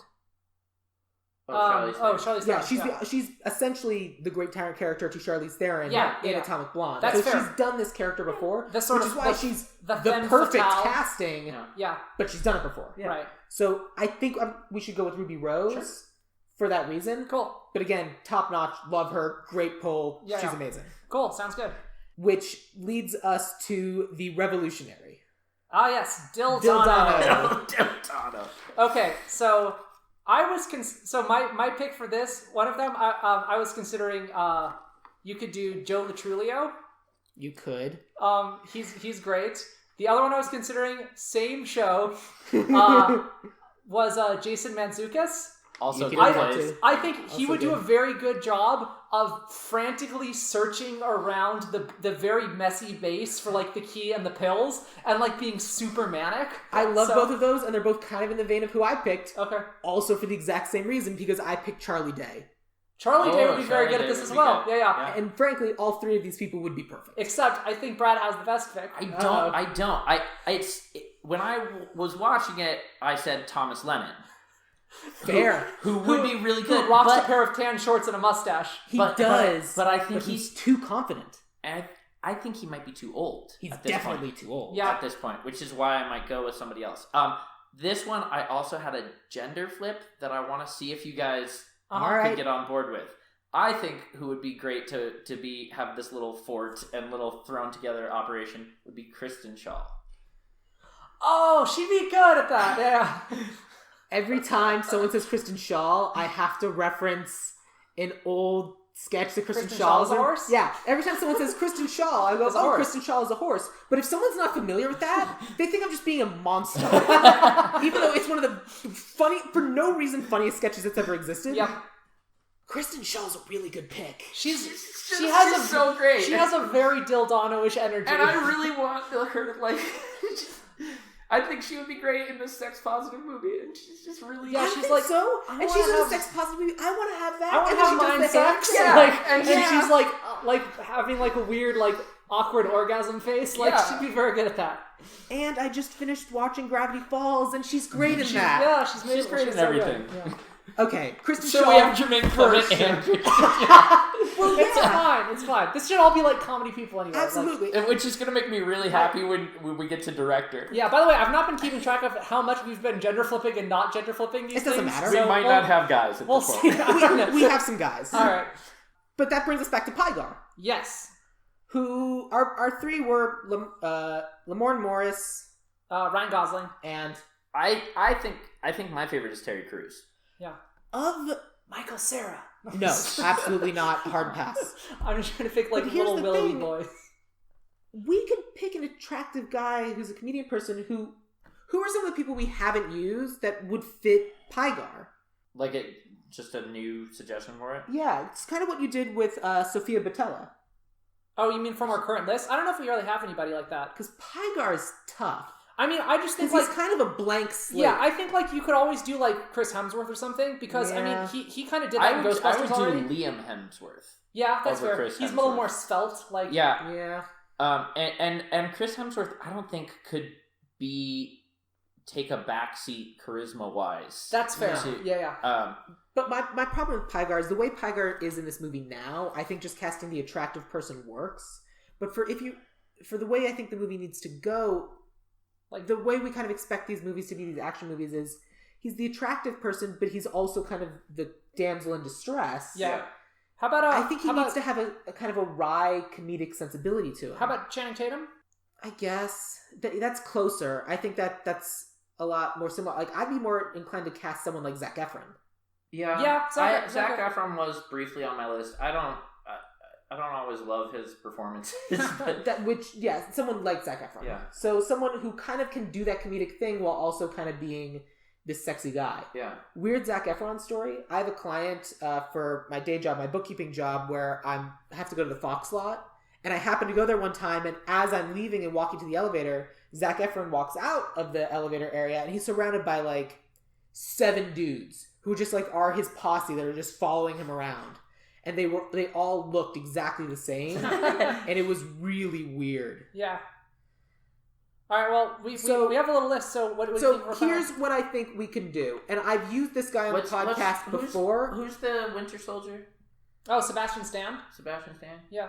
We could do Sebastian Stan, but I'm going to do a left field casting, and I have used him on the podcast before, but I think he's good casting for this. Manny Jacinto. Who's that? Jean Yu. Yeah! I actually briefly considered, I was thinking of like Good Place people, and I was wondering if they're supposed to be put him in. Oh no! Better than Jean Yu! Oh my god! Okay, he's the guy who's Jean Yu's friend, who's in Other Space. I don't know what this, what?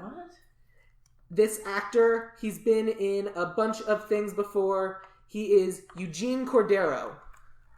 This guy. As Pygar? As Pygar. He has this weird moment in Other Space, which you guys haven't seen, but I highly recommend it because it's weird and it's sci-fi and it's funny. He has this moment where he's playing this kind of like idiot guy the entire movie, and then he gets stuck on a planet with this lady, and they have to like use their clothes for something, and he warns her, like, be warned, I have a weirdly attractive body. And he takes off his shirt, and this guy, when he's fully clothed, you're like, okay, cool, he's kind of a nerdy dude, whatever. He takes off his shirt, and you're like, damn, this guy is hot.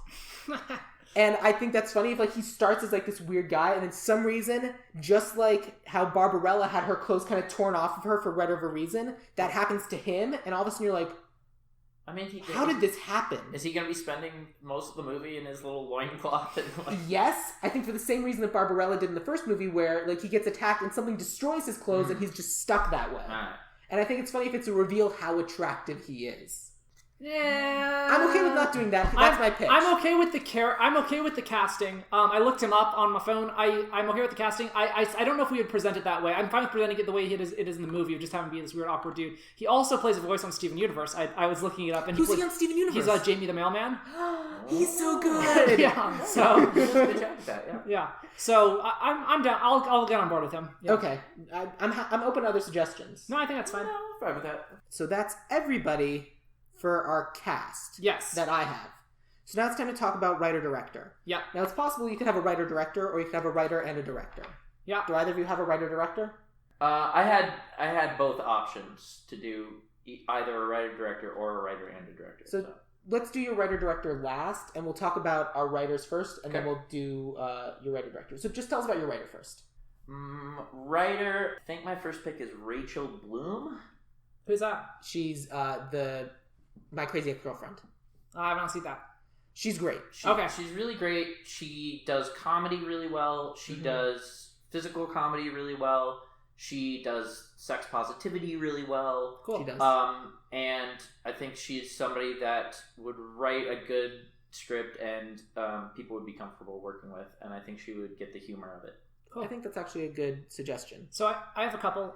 One I was thinking is Nicole Perlman, who wrote the first draft of the Guardians of the Galaxy script. It was rewritten by James Gunn, but she's also been like a sort of background staff writer on a lot of Marvel stuff, and she's like has a lot of upcoming work. And so I think she would be really good because from what I understand, like a decent amount of that script was her, and I think like kind of R-rated space romp, like she's already done one, so I think she'd be good. The other one that occurred to me is a bit of a weird pick is Diablo Cody.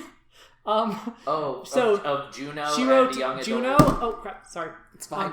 she wrote Juno and Young Adult, and she also wrote Tully, which just I think she's an interesting choice. Yeah. I don't know how strong her sci-fi chops are, but I certainly think she can do young sex romp. Yeah.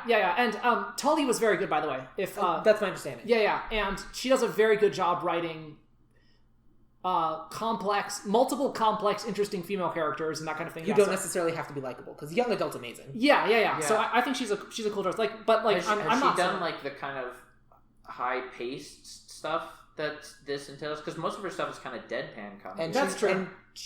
And it's dark comedy is how I would describe her. Yeah, that's as fair. opposed to space comedy. Like I'm a lot more likely to pick the person who wrote Guardians of the Galaxy. Yeah. The reason I would shy away from that is because she's already done Guardians of the Galaxy, but then it wasn't really her movie because then it got turned into James Gunn's movie. Right. So let her Yeah. So both of those are great suggestions. The two that I had were Melissa Rosenberg, who was a writer on Dexter, on Jessica Jones, and someone who is this known comedic writer. And then I also was thinking about those are comedies. No, they're not. But I was thinking, that was like sci-fi. They're Sure, not. That's who I had, and then I wanted to have Jennifer Caton Robinson, who did Sweet Vicious for like a joke punch up. Who's that? Sweet Vicious. What's that? Yeah. It was around. It was everyone's upset that it was canceled because it was a really good show. But basically, the premise of the show is there's a girl who gets raped on a college campus or is sexually abused on a college campus, and so she goes around killing college rapists and college sexual abusers. And it's a show that's supposed to be charming and funny and is very well regarded, and my understanding is that it was canceled far too soon. All right. But I'm more pulled towards both of your options. Well, Brad hasn't said it. What's Rachel Bloom is. Oh yeah, that one. Pick. But I think she'd be best if we're punching up the comedy aspect of it. Yeah. I don't know. Maybe she could do a team up with somebody else. But, I still think that she would be best at getting the comedy right.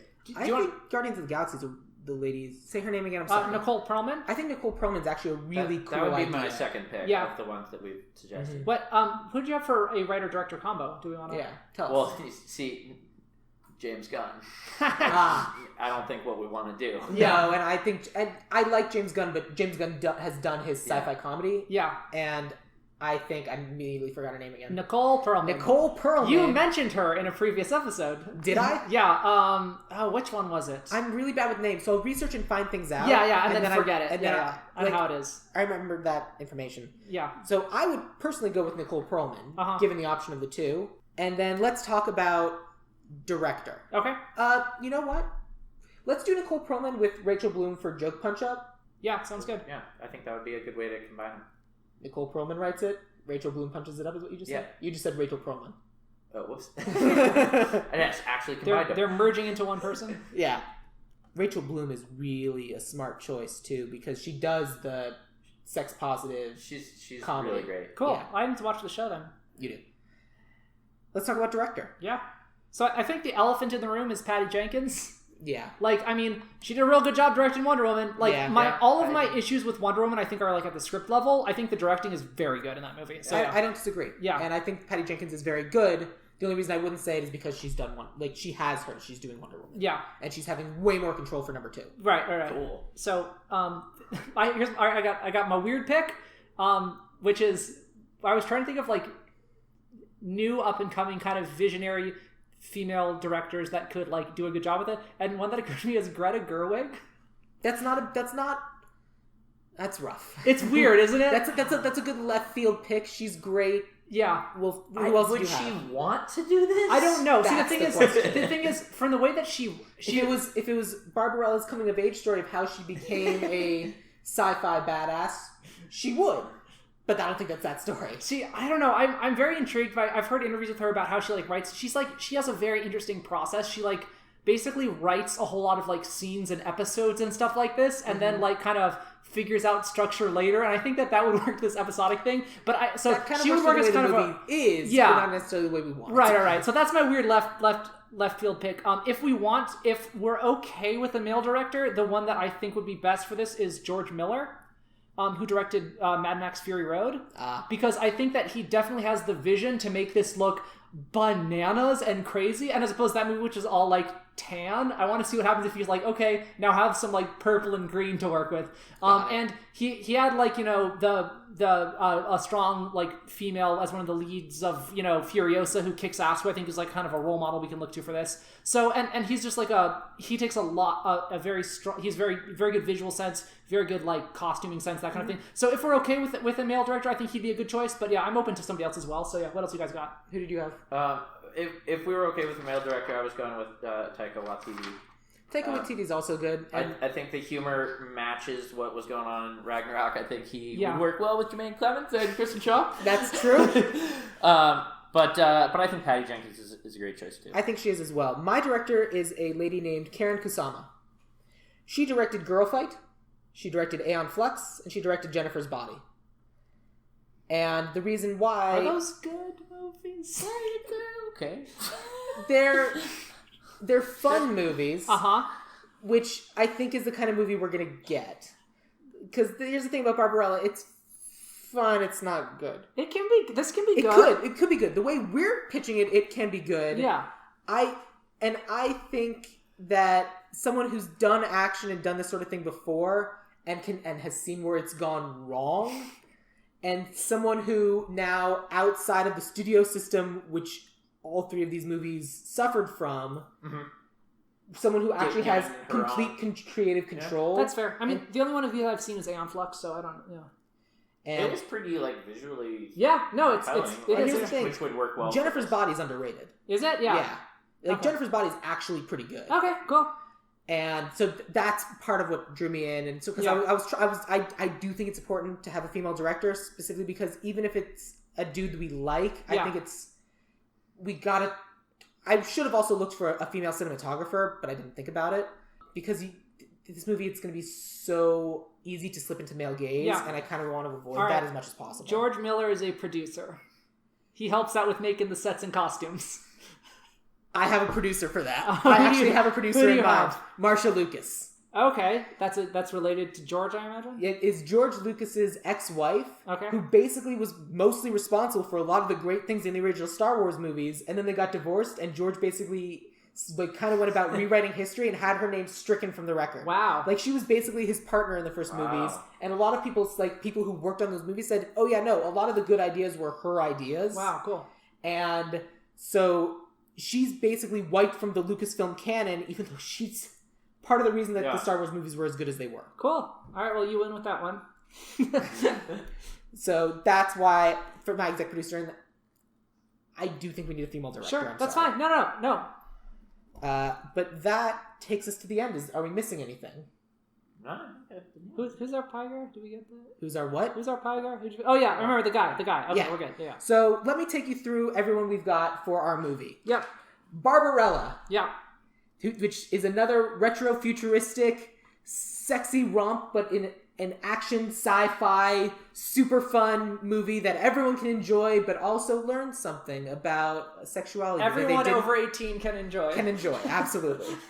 Barbarella is played by Zazie Beetz. Pygar is played by Eugene Cordero. The Great Tyrant is Ruby Rose. The Concierge, a.k.a. Duran Duran, is Taya Sakar. Professor Ping is Teller. Great job, crowning moment of your career on this podcast. Oh, right? Yeah, I'm so proud of that. Like, if I hadn't seen Director's Cut, last week, I wouldn't have been able to do it, but it's still perfect casting. He's so good. President of Earth is Jane Fonda. The Computer is Alan Tudyk.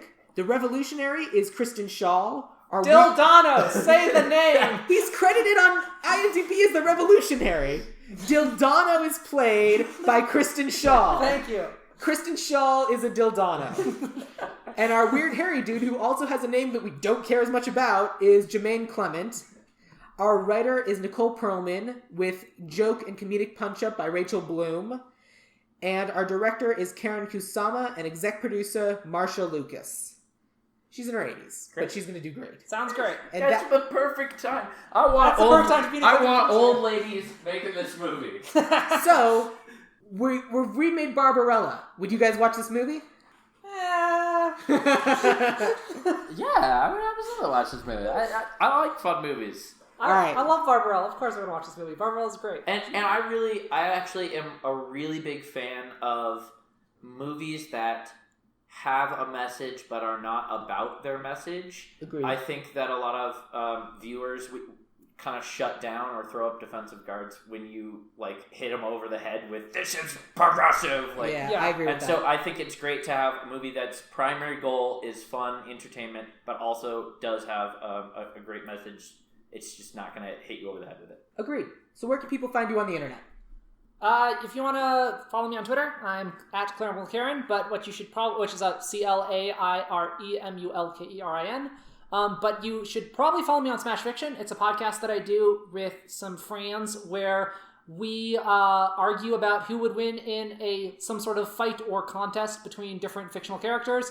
We do the ones you would expect, like, Terminator versus Predator, but then we also do really weird ones, like Power Rangers versus Godzilla. That's not a weird one. That one's amazing. The weird ones are ones like Kirby versus No Face versus Homer Simpson in eating contest, or that was also a good one. I love that one. Dr. Frankenfurter versus Jareth the Goblin King, both attempting to seduce Bella Swan from Twilight. Like those are the silly ones. Yeah. So and you also have big ice battles and big fire battles. Yeah, giant 4-way matches where we do all sorts of weird characters. Once a year we have a match that's 4 Nicolas Cage characters fighting in a cage match. It's called the Cage Match. Yeah, it's great. I love it. Yeah. Everything's amazing, and everyone who enjoys listening to this podcast would enjoy listening to that podcast. And we're probably gonna have Sammy on as a guest as soon as we can. So we're recording this first, but we're gonna have him on soon. So yep, and I'm excited about it. Yeah. And Brad's a guest sometime on that too. Yep. That's where you can find me on the internet. Brad is a professional podcast guest. Brad, can people find you on the internet, and should they? No, I don't want anybody to find me on the internet. I don't. No, so just generally no. Great. No, I don't need an internet. Brad Bultman. All right. So thank you both for being guests on this episode. Thank you for bringing this movie that I, to be honest, had never heard of. Thank you for indulging me. I know you guys were a little reluctant to try it because you're this is weird and I don't want to do it. But you guys did it, and I'm very glad. Thank you very much for But I think we have a me. great episode, Yeah. and I'm really looking forward to watching this movie when Hollywood gets it right and does this remake. Of course. No? That's gotta happen real soon. And if you enjoyed listening to this episode, you should re-listen to it because, as you all know, podcast listeners have no memory. That's terrible.